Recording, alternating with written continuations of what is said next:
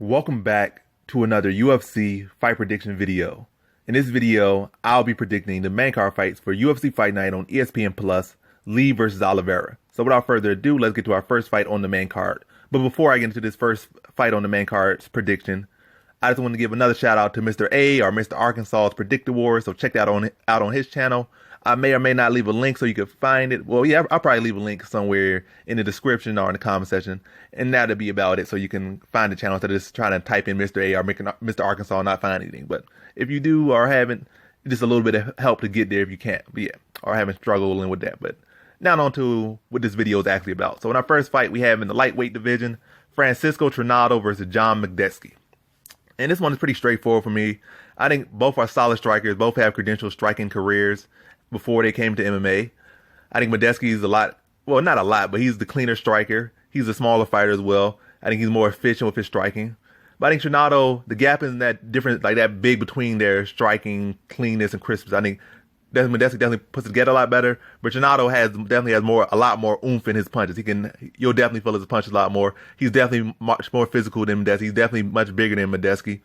I feel like he can just pressure Makdessi, put the power on him. I don't think Makdessi can really deal with that power. I'm not saying it's going to be an instant knockout or he's going to be with him got glass chin or with him just hit so hard or just that clean with his punches.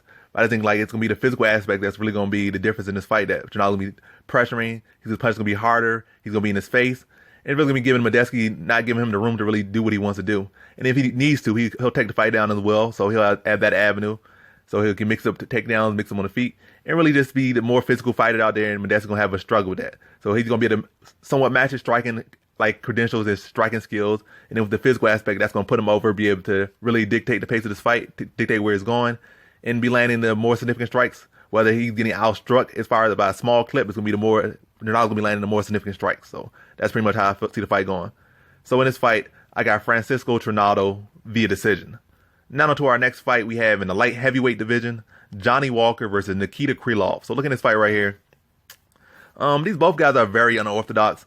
Krylov will do a lot of spinning stuff, a lot of unorthodox combinations, like come high, come low, from ranges that people typically don't come from. So yes, it's unorthodox and it's effective, but I guess higher level strikers, they're going to pick that apart. But he definitely has his things about him. But while it definitely works at a higher level, but at the highest level, does it really work? Not really, I don't think.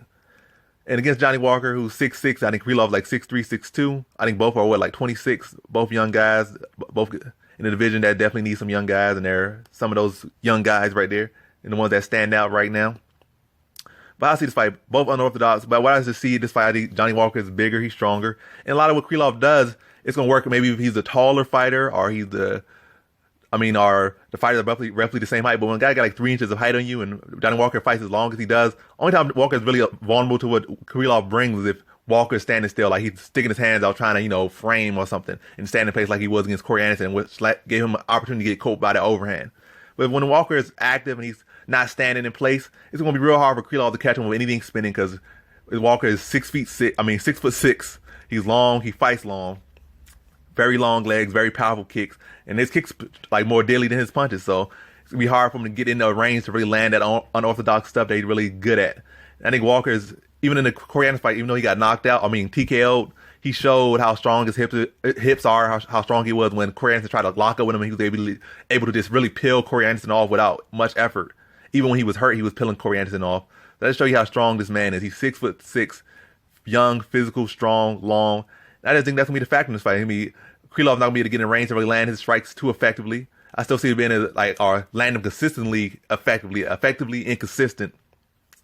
I think Walker's going to keep at the end of his strikes.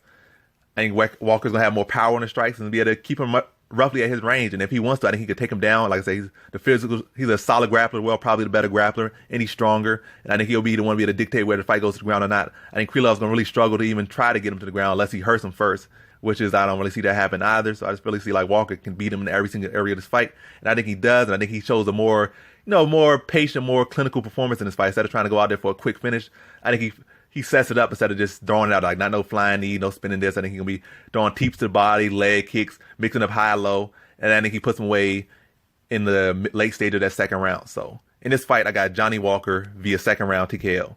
Now to our next fight we have in the the lightweight division, not light heavyweight, lightweight division. So we have Renato Moicano versus Damir Hadzovic. Moicano's coming up from featherweight, making his lightweight debut. Damir Hadzovic's been here for a minute, and this is a pretty clear one. I think Hadzovic really nothing special about him. He's in good physical shape. He's pretty strong. Has some okay grappling. He's pretty much like a average fighter at this level. Nothing really spectacular about him. He does have some good timing for some knees. You try to go shoot some ugly shots on him. If you have some holes in your games, he can exploit them. Like, he's solid in every area, but he's not spectacular in anything. I think Moicano can outstrike him. He's longer. He's rangier. He can outstrike him. Like I said, I already said it again. He can outstrike him. He can outgrapple him. He really just beats him in every area. Unless Hadzovic just comes and puts on some amazing pressure and it's in his face the whole time. That's really the only way he could beat Moicano. Because Moicano has shown some issue with people who can pressure him and be in his face all the time. But outside of that, I don't really see Hadzovic having really no slick boxing. I think Moicano's a better striker than him by far, better grappling than by far, and it really just beats him in every area. And I think that's what he does. I think he picks him apart on his feet, and then submits him in the second round. So in this fight, I have Renato Moicano via second round submission. Now on to our next fight we have in the welterweight division, Damian Maia versus Gilbert Burns. So Gilbert Burns has made his, he jumped up from lightweight to welterweight, and he's been doing pretty good. I think he's like on a 3-fight winning streak he's on a 2-fight winning streak at welterweight, and he came up from lightweight on a 2-fight winning streak, so he's on a 4-fight winning streak in total. And he's coming off a win over Gunnar Nelson and a win over Alexei Kuchenko. And we might be sizing him up because he's on a good winning streak. At first, people kind of doubt him. I did pick him against Kuchenko because I knew Kuchenko was a slow starter. I thought he would do even better than he did, but it was kind of disappointing in a way, but still to able to get that win. I think he was a slight underdog in that fight. Then in the Gunnar Nelson fight to get that win, it just showed that he belongs at his weight class. But does it show that he's going to be a standout in his weight class? Not really. I think in the Gunnar Nelson fight, it was real close. And I think in the final exchanges, he was able to seal the round off. I think with like a flying knee, a takedown and stuff at the end of the third round, I believe. That sealed the fight for him. I think it was like maybe 1-1 going into that third round. Maybe 2-0 for Gilbert Burns. But either way, these rounds weren't easy to score in that fight. So it's not like he just went out there and dominated Gunnar Nelson like Damian Maia did years before. And against Kuchenko, he pretty much just kind of laid and prayed. He couldn't get no submissions off against Kuchenko or anything. He tried to work for stuff. But really, he just survived off the slow start of Kuchenko, took him down, and just went off takedowns and the control early. But his fight was, progressing. It was like going Kuchenko way. So it was a 5-round fight. Kuchenko probably would have won. But the fact that he was able to take advantage of the slow start, get some takedown, get some control, maybe try to work with some submissions that he didn't have success with, that's what won him the fight ultimately. But then again, I think he was on a short notice and he was coming up, so you could say if he had a full camp like Kuchenko did, maybe his cardio would have been better for this and that. But yeah, we just going to look at that. So enough backstory. How do I see him against Damian Maia? I see Damian Maia, they're both world champions, but I see Damian Maia as the better grappler. That's just in my opinion. I think most people are going to say that as well. Damian Maia is the better grappler. Gilbert Burns may be overall the better mixed martial artist as far as skill set. That doesn't mean, he's going to beat him just because he's overall the better mixed martial artist. That don't mean anything. Some guy can have all the stuff in the world and some guy just be a better striker than him, be able to defend his takedown and just knock him out. That don't mean nothing. It will mean something, but it don't mean everything. So how I see this fight right here, I feel like Damian Maia is going to definitely have some size on him. He's definitely going to be able to use it better against him, probably be the physically stronger man out there. Gilbert Burns will be the better striker, have more power in his hands. But Gilbert Burns mostly just throws, maybe like he has a good leg kick here and there. And he has like maybe a good right hand. But he's not really a good combination puncher. He like maybe loads up there one big shot or two big shots or one soft shot and one big shot. And like he's not really that high level of a striker. He's effective with what he does, but not the highest level. I think Damian Maia can actually outvalue him in the striking a little bit. I'm not saying he's going to win, but he could definitely frustrate him a little bit, get in his face. And Damian Maia finds ways to get it to the ground. And Gilbert Burns, I think his takedown defense is only like 50%. Yes, Damian Maia's takedown accuracy is only 25%, but you got to realize Damian Maia is relentless with his takedown. So he's going to keep going for it. He's not going to be a guy that's going to get discouraged by missing. He's going to keep coming for those takedowns. And I think Gilbert Burns, with his accolades, he's going to be kind of a little bit more comfortable to being on the ground, thinking like it's not going to be the same. But Damian Maia on the ground, no matter who you are, you don't play on the ground with Damian Maia, especially not in MMA, with his ground and pound and his back control and being able to ride these rounds out. I think Gilbert Burns will come out early, maybe be a little bit successful. But I think Damian Maia is going to start to, be that mummy in there, start to get takedowns, start to lock up with him, start to make him feel that weight, start to drag on him, start to, just start punching him a little bit, get that little value, make him feel his presence.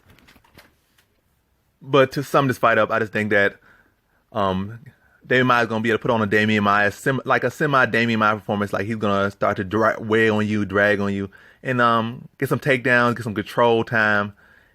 and win the fight. I think it'll be pretty close. It's going to be probably like some of the other fights where some guys were able to, somewhat defend his jiu-jitsu and have some success on the feet, but they might get in the fight to the ground, or the control time is going to be able to edge the fight for him. So in this fight, I got Damian Maia via decision. Now on to our main event. We have in the lightweight division, Kevin Lee versus Charles Oliveira. So with this one, I really don't want to talk too much about it because it will drag on forever, and I really don't like dragging on about nothing. But how I see this right here, let's look at both their recent performances, or let's just look at both of them real quick. Both guys kind of similar in a way. Young, a lot of talent, very dangerous. They can go out there and look like the best guys. I mean, the best guys in the division by far. Like, they just look like phenoms, look like this monsters. It's like they could destroy anybody. And they possibly can on their best night, really. But then they also had these days where they start to crumble. When things get hard, they start to crumble. That's been kind of their MO, especially for Charles Oliveira for a very long time. Both at lightweight and featherweight. Like his first lightweight stint, his featherweight stint, now back at lightweight. It's like he'll have these moments like he's a world beater. Like he could be a guy that can give anybody a run for the money, might be champion tier, and then he crumbles. Same with Kevin Lee. I think Kevin Lee's not as bad. Hasn't been doing it as long. Hasn't been crumbling as much. And also he's been fighting, overall at the better competition level than Charles Oliveira has been facing. But similar position nonetheless. Now let's look at their most recent fights. I'm not going to look at Charles Oliveira's most recent fight per se, but his recent stint as far as his streaking, his return to lightweight.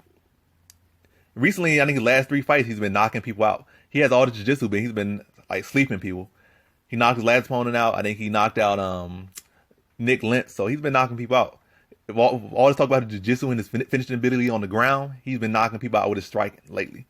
Kevin Lee just knocked out Gregor Gillespie, but let me just tell you about that fight. Phenomenal finish, but really Gillespie, who's a wrestler, was out striking Kevin Lee most of that very short fight. And then Kevin Lee landed that right hand to a high kick combination and had one of the better knockouts of 2019. So as much as that's a good thing for Kevin Lee, it's also a bad thing because he get all his confidence out of knocking out a wrestler. This guy was a Division I NCAA champion wrestler. He was no kickboxer, wasn't no this, wasn't no that. You knocked out a wrestler. There was no wrestling in that fight. I could see if he went out there and just wrestled that guy and dominated him. Just like, I'm a much better wrestler than this guy right here, and this guy is an NCAA champion and did that. That'd be amazing. But there was zero wrestling in that fight, and that really don't say much about. Like, I could see you knocked out a striker or something.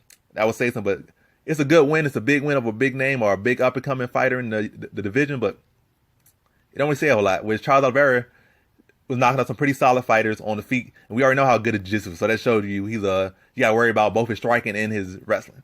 And he's been doing it. I would say the strikers he's been doing it to are higher level than Gillespie. Maybe not higher level of fighter like overall, but as far as in that aspect of striking, they've been better than Gillespie. So that's one factor.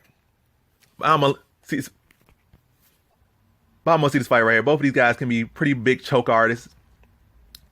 But I feel like Charles Oliveira, Kevin Lee gets too cocky on the feet. I think Charles Oliveira can easily dispatch him on the feet. I think Kevin Lee is too stiff on the feet. I think Charles Oliveira is clearly the better striker between the two.